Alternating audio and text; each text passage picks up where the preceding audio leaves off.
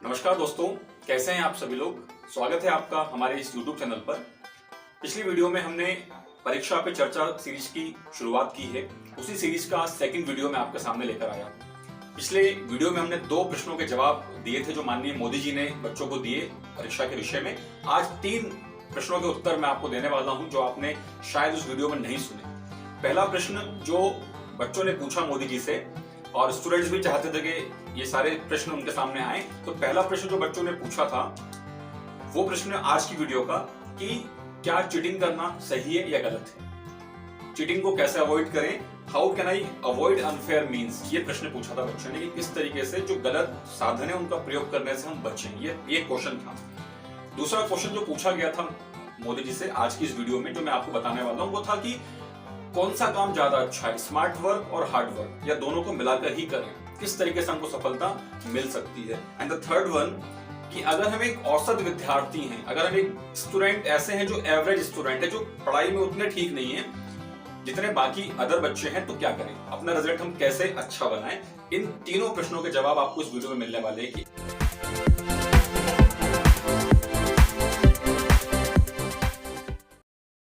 तो आते हैं पहले प्रश्न पर, और पहला प्रश्न है कि क्या परीक्षा में चीटिंग करना सही है या इसको हम कैसे अवॉइड करें, चीटिंग करना किस तरीके से गलत है। जो इसका जवाब दिया मोदी जी ने वो मैं आपको बताता हूं। मोदी जी ने बताया कि चीटिंग करना पहले के जमाने में ऐसा समझा जाता था कि ये गलत काम है और लोग उसको छुपाते थे, लोग छुप छुप कर किया करते थे। लेकिन आज के जमाने में चीटिंग एक तरीके से प्राउड वाला काम हो गया है। बच्चे खुलकर बताते हैं कि हमने देखो चीटिंग करके एग्जाम को दे दिया, मैंने पूछकर एग्जाम में लिख लिया।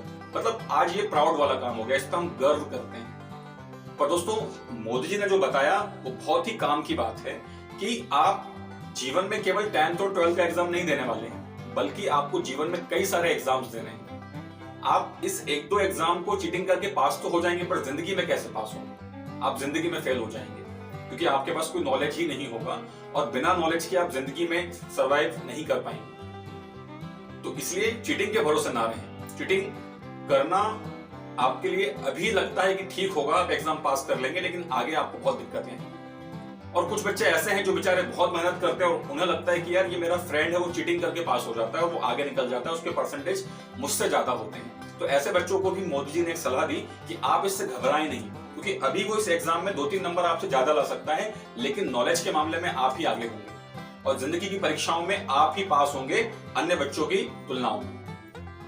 तो ये बहुत ही इंपॉर्टेंट बात मोदी ने समझाने का प्रयास किया है कि हमें परीक्षा में किसी भी प्रकार के अनफेयर मीन्स से बचना है, गलत काम से बचना है, हमें अपने पर फोकस करना है। दूसरे बच्चे क्या कर रहे हैं इस बात पर हमको ध्यान नहीं देना है। मैक्सिमम कोशिश करनी है कि हमें बिना किसी के डर से और बिना किसी के दबाव में आए हमें अपना पेपर देकर आना है और बहुत ही अच्छे नंबर से पास होना है बिना कोई चीटिंग किए। मोदी जी ने बताया उन बच्चों के लिए जो बच्चे पढ़ाई में अच्छे हैं लेकिन चीटिंग करने वाले बच्चों से पीछे रह जाते हैं, तो उन्होंने ये भी बताया कि जिंदगी में आप लोग की मेहनत रंग लाएगी। जो आप आज मेहनत कर रहे हैं वो डेफिनेटली रंग लाएगी और आपको इसका फायदा होगा, क्योंकि आपने आज मेहनत की है। और वो बच्चे जो चीटिंग करके पास हो रहे हैं उनकी जिंदगी में बहुत सारी कठिनाई उनको मिलेगी। तो दोस्तों, ये सीख है कि हम चीटिंग से बचें, अपने पर ध्यान दें, फोकस करें पढ़ाई पर, और जितना हो सकता है अच्छा रिजल्ट बनाने का प्रयास करें, वो भी बिना चीटिंग।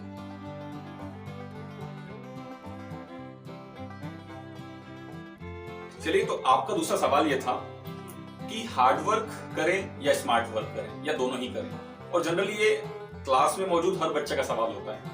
हम सभी जानना चाहते हैं कि हमारी जिंदगी में स्मार्ट वर्क इंपॉर्टेंट है, हार्ड वर्क इंपॉर्टेंट है या दोनों ही काम इंपॉर्टेंट है। इसमें जो मोदी जी की सलाह है वो ये कि हमें, अच्छा, जीवन में ऐसे लोग होते हैं जो केवल हार्ड वर्क करते हैं बहुत सारे, और कुछ लोग ऐसे होते हैं जो केवल स्मार्ट वर्क के भरोसे बैठे होते हैं। लेकिन हमें क्या करना है, हमें हार्ड वर्क करना है लेकिन स्मार्टली। मोदी जी ने क्या बताया कि do hard work but smartly. Smartly हमें हार्ड वर्क करना।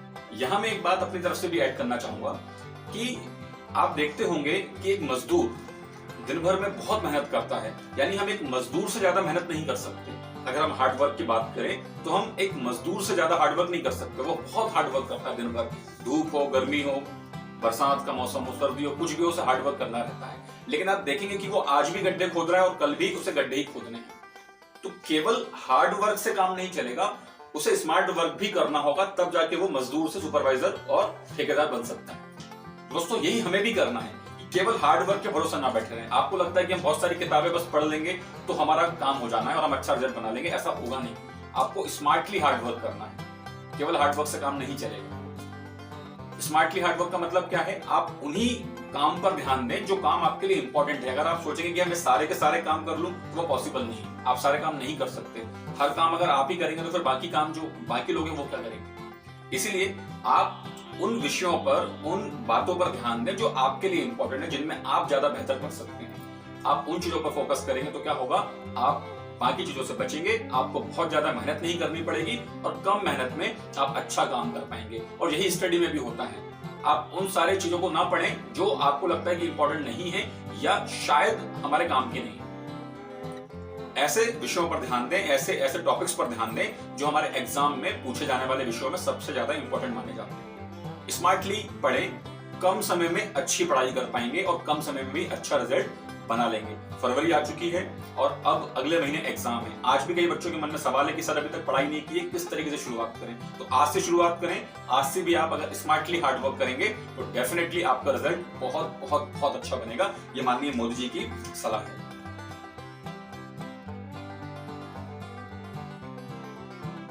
एंड लास्ट वन, जो सबसे महत्वपूर्ण सवाल है कि अगर हम एक एवरेज स्टूडेंट हैं, अगर हम एक औसत विद्यार्थी हैं तो क्या करें? अपना रिजल्ट कैसे बेहतर बनाएं? हम चूंकि पढ़ाई में उतने अच्छे नहीं जितने हमारी क्लास के बाकी बच्चे हैं, तो हम क्या करें? तो यहां जो मोदी जी ने बात की वो बहुत ही गजब की बात की कि आप एक तो अपने आप को कम ना समझें, है ना? अपने आप को आप बिल्कुल ये ना समझे कि आपके अंदर कोई कमी है, क्योंकि हर एवरेज स्टूडेंट के अंदर एक एक्स्ट्रा ऑर्डिनरी बात होती है और हर एक्स्ट्रा ऑर्डिनरी के अंदर कोई ना कोई एवरेज बात जरूर होती है। यानी कि अगर आप एवरेज हैं तो डेफिनेटली आपके अंदर कोई क्वालिटी ऐसी होगी जो शायद दूसरे बच्चों में ना हो, जो पढ़ने में अच्छे हैं। और वैसे ही जो पढ़ने में अच्छे हैं उनके अंदर कुछ ना कुछ बात ऐसी होगी जो उनको कमजोर बनाती हो। यानी सबके अंदर कमजोरियां होती हैं और सबके अंदर कोई ना कोई ताकत भी होती है। तो दोस्तों यहां सलाह यह है कि अपनी ताकत को पहचानें, अपनी उन बातों को जजमेंट करें, आप अपना एनालिसिस करें कि आप एग्जैक्टली किस काम में अच्छे हैं, आप कौन सा काम बेहतर कर सकते हैं, उस पर ज्यादा फोकस करें। रही बात एवरेज स्टूडेंट होने की, तो कोई फर्क नहीं पड़ता इस बात से कि आप एवरेज स्टूडेंट हैं, क्योंकि केवल आपको यही परीक्षाएं पास नहीं करनी है, आपको जीवन में बहुत सारी परीक्षाएं देनी है। अगर आप उसमें बेहतर कर पाए तो फिर आप जीवन में आगे बढ़ जाएंगे, आपकी तरक्की निश्चित है। तो यहां इंपॉर्टेंट बात यह है कि आप अपने आप का आकलन करें कि आप किस लेवल पर जा सकते हैं, आप कितना परफॉर्म कर सकते हैं। हम दूसरों से कंपेयर करने के चक्कर में खुद को एवरेज समझते हैं, क्योंकि बाकी बच्चे जो क्लास के टॉपर हैं हम उनसे अपने आप को कंपेयर कर रहे हैं और इसी वजह से हमें लगता है कि हमारा रिजल्ट कम बना है क्योंकि हमने कंपेयर उनसे किया। आप किसी से कंपेयर ना करें, आप अपना सेल्फ एनालाइज करें कि आप कितना परफॉर्म कर सकते हैं और उसके अकॉर्डिंग अपना एक फाइनल मोटिव तैयार करें कि हमें करना क्या है, हमें कितना परसेंटेज अपने रिजल्ट में बनाना है। तब आपका रिजल्ट डेफिनेटली कमजोर नहीं बनेगा, आपका रिजल्ट आपके लिए अच्छा रहेगा, क्योंकि आपने पहले से तय कर रखा था। आप बहुत ज्यादा का सोच के चलेंगे और अगर रिजल्ट कम आया तो दुख होगा, लेकिन अगर पहले से ही कम सोच के रखा था कि मेरा रिजल्ट इतना बनेगा तो मैं खुश हूं, उसके ऊपर अगर बनता है तो फिर बहुत ज्यादा खुशी होगी और आपके पेरेंट्स को भी लगेगा कि बच्चे ने बताया था कि नंबर इतने आएंगे, कम नंबर होंगे और उसके बावजूद नंबर अच्छे आए, तो सभी को इसमें खुशी होगी। उन्होंने यहाँ पर भारत का एग्जाम्पल दिया कि दुनिया को पहले भारत में लोग एवरेज माने जाते थे, दुनिया में भारत को एवरेज देश समझा जाता था, लेकिन आज आप देखिए पूरी दुनिया में भारत चमक रहा है, पूरी दुनिया की एक नई आशा की किरण है भारत।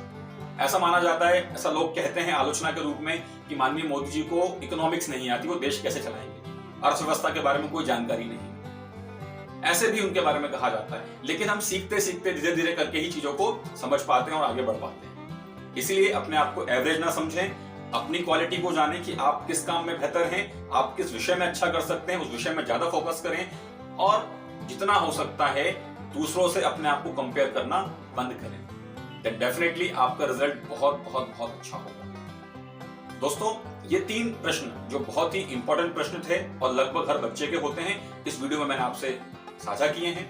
बाकी जो प्रश्न है वो अगली वीडियो में मैं आपसे बात करने वाला हूं, उन सारे प्रश्नों के बारे में, उनके जवाबों के बारे में।